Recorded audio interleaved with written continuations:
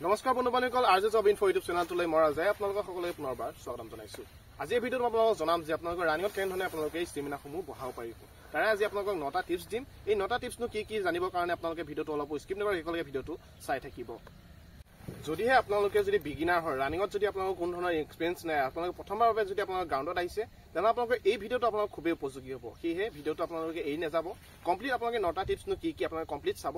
চোৱাৰ পিছতে আপোনালোকে বুজিব পাৰিব।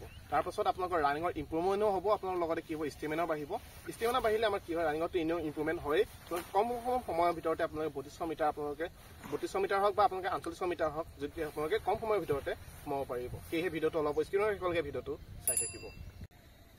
আমি প্ৰথমতে আমি ফ'কাছ কৰিব লাগিব লং ৰানিঙত। এতিয়া প্ৰথম যদি আপোনালোকে গ্ৰাউণ্ডত আহিছে, তেতিয়াহ'লে আপোনালোকে লং ৰানিং কৰক। আপোনালোকে 20 পৰা 30 মিনিট আপোনালোকে সময় কৰি লওক। সেই সময় আপোনালোকে ৰানিং কৰি থাকক। ইমান আপোনালোকে যদি আপোনালোকে ৰানিং কৰি আছে, 10 মিনিট ৰানিং কৰাৰ পিছতে যদি আপোনালোকৰ ভাগৰ লাগিছে, কেতিয়াও আপোনালোকে ৰখি নিদিব। লাগে আপোনালোকে খোজকাঢ়ি যাওক, কোনো কথা নাই, কিন্তু আপোনালোকে ৰখি পেলাই কেতিয়াও নিদিব। ৰখি পেলাই ভাগৰ মাৰিলে আপোনালোকৰ কি হ'ব, আকৌ ষ্টেমিনাটো ডাউন হৈ যাব। তো ষ্টেমিনাটো বঢ়াবৰ কাৰণে আমি কি কৰিব লাগে, যিমান পাৰে আপোনালোকে সিমান লং ৰানিং কৰক। 30 মিনিট পাৰে, 40 মিনিট পাৰে, কোনোবা পেলাই আধা ঘণ্টা পায়, 1 ঘণ্টা পায়, যিমান পাৰে আপোনালোকে সিমান আপোনালোকে লং ৰানিঙৰ ওপৰত ফ'কাছ কৰিব। যিমান পাৰে লং ৰানিং কৰক, তেতিয়া আপোনালোকৰ ষ্টেমিনা ডেভেলপ হোৱাত সহায় কৰিব। আপোনালোকৰ নেক্সট টিপছটো হৈছে ৱাৰ্ম আপ, পুল ডাউন আৰু ষ্ট্ৰেচিং। আপোনালোকে যদি আপোনালোকৰ ৰানিং যদি আপোনালোকে কৰি আছে, তেনেহ'লে আপোনালোকে এই 3টা ওপৰত আপোনালোকে লক্ষ্য কৰিব লাগিব। এই 3টা যদি আপোনালোকে কৰে, ৱাৰ্ম আপ, পুল ডাউন আৰু ষ্ট্ৰেচিং যদি আপোনালোকে কৰে, এই 3টা আপোনালোকৰ কি হয়, বেলেগ বেলেগ কাম হয়। এই 3টা বেলেগ বেলেগ কাম কৰে। এই 3টা যদি আপোনালোকে প্ৰপাৰলি যদি আপোনালোকে কৰে, আপোনালোকৰ ৰানিঙতো ইম্প্ৰুভমেণ্ট হ'ব, লগতে আপোনালোকৰ ষ্টেমিনাসমূহো আপোনালোকৰ ডেভেলপ হোৱা দেখা পোৱা যায়। সেয়েহে আপোনালোকে এই 3টা ওপৰতো আপোনালোকে লক্ষ্য কৰি ৰাখিব।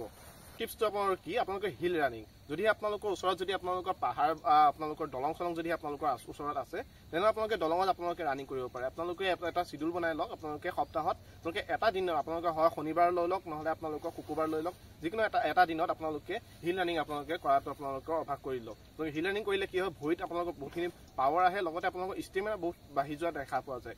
এই ষ্টেমিনা বাঢ়িবৰ কাৰণে মই নিজে কৰোঁ, দলঙত ৰানিং নিজে কৰোঁ। মই সেয়েহে আপোনালোকক ক'ব বিচাৰিছোঁ যে আপোনালোকে দলঙৰ ওপৰত ৰানিং কৰক। দলঙৰ ওপৰত ৰানিং কৰিলে আপোনাৰ কি হয়, দলঙৰ ওপৰত যেতিয়া আপোনালোকে ওপৰলৈ উঠি যাওঁতে ভৰিত যথেষ্ট পৰিমাণে পাৱাৰ দিব লাগে। আৰু যেতিয়া আপোনালোকে নামি যাওঁতে আপোনাৰ কি হয়, ভৰিৰ আমাৰ লেগটো আমাৰ বহুতখিনি আমাৰ মেল খাই যায়। সেয়েহে আপুনি দলঙতো আপোনালোকে ৰানিং কৰিব পাৰে। দলঙৰ ওপৰতো ৰানিং কৰিলে আপোনালোকৰ কি হয়, ষ্টেমিনাৰ লগত ডেভেলপ হয়, লগতে ভৰিত পাৱাৰো আহে আৰু আপোনালোকৰ লং ষ্টেপ মিলাটো আপোনালোকৰ সহায় কৰিব।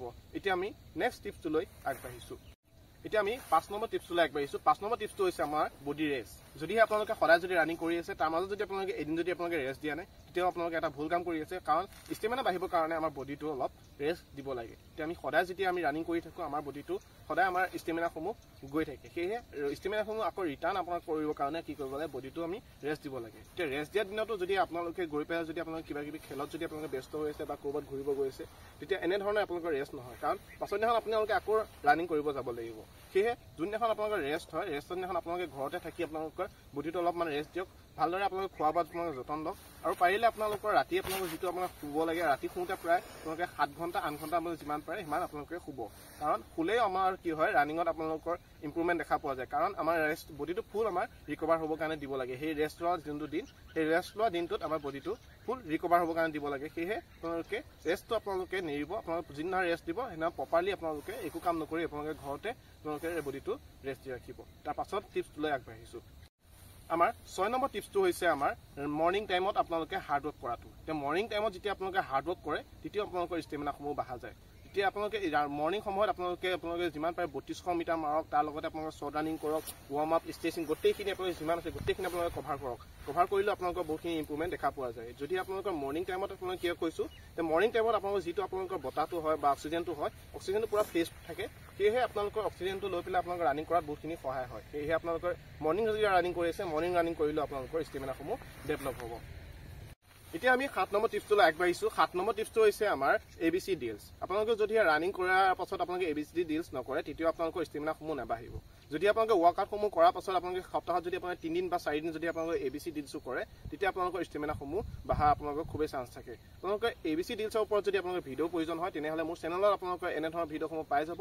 নহ'লে আপোনালোকৰ ডেছক্ৰিপশ্যনতে মই আপোনালোকৰ লিংকটো দি ৰাখিম।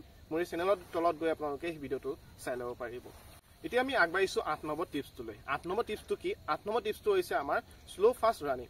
যদি আপোনালোকে স্লো ফাষ্ট ৰানিং যদি আপোনালোকে নকৰে তেতিয়াও আপোনালোকৰ ষ্টেমিনাসমূহ নাবাঢ়িব কাৰণ আমাৰ ষ্টেমিনাসমূহ বাঢ়িবৰ কাৰণে স্লো ফাষ্ট ৰানিং কৰিব লাগে স্লো ফাষ্ট ৰানিং কেনেধৰণে কৰে আপোনালোকক মই তাৰ কালি আপোনালোকৰ এটা ভিডিঅ' আপলোড কৰিছিলোঁ আপোনালোকে সেই ভিডিঅ'টো আপোনালোকে ডেছক্ৰিপশ্যনতে পাই যাব তাত গৈ আপোনালোকে সেই ভিডিঅ'টো চাব পাৰিব যে স্লো ফাষ্ট ৰানিংটো আপোনালোকে কেনেধৰণে কৰিব স্লো ফাষ্ট ৰানিংটো যদি আপোনালোকৰ 200 মিটাৰ টেগত যদি আপোনালোকে প্ৰেক্টিছ কৰিছে বা আপোনালোকে 400 মিটাৰ ওপৰত যদি আপোনালোকে প্ৰেক্টিছ কৰি আছে 400 মিটাৰ টেগত তেতিয়া আপোনালোকে কি কৰিব লাগিব 100 মিটাৰ আপোনালোকে স্পীড দি যাব আৰু 100 মিটাৰ আপোনালোকে স্লো দি যাব আপোনালোকে এনেধৰণে আপোনালোকে প্ৰায় 3টা বা 4টা সেট মাৰিবৰ কাৰণে আপোনালোকে চেষ্টা কৰিব তেতিয়া আপোনালোকৰ ষ্টেমিনা আপোনালোকৰ ডেভেলপ হ'ব এনেকুৱা নহয় যে আপোনালোকে এটা মাৰি পেলাই ভাগৰ মাৰিছে তাৰপিছত আপুনি আকৌ এটাত গৈছে আপোনালোকে একে লাটতে আপোনালোকে 3টাকে মাৰিবৰ কাৰণে লওক তেতিয়া আপোনালোকৰ ষ্টেমিনাটো খুব বেয়া বাঢ়িব এনেকুৱা নহয় যে আপোনালোকে 100 মিটাৰ আপোনালোকে স্পীডত আপোনাৰ 100 মিটাৰ স্পীডত ফুল পিকআপ দি আপোনালোকে ৰানিং কৰিব নালাগে আপোনালোকে খুব বেছি আপোনালোকৰ 60 বা 70% আপোনালোকে এফৰ্ট লগাই আপোনালোকে ৰানিং কৰিব লাগে লং ষ্টেপত মেলিব কাৰণে চেষ্টা কৰিব তেতিয়া আপোনালোকৰ ৰানিঙতো আপোনালোকৰ ইম্প্ৰুভমেণ্ট দেখা পোৱা যাব এতিয়া আমি আগবাঢ়িছোঁ 9 নম্বৰ টিপছটোলৈ অৰ্থাৎ আমাৰ শেষৰ টিপছটোলৈ এতিয়া শেষৰ টিপছটো হৈছে আমাৰ বেয়া অভ্যাসসমূহ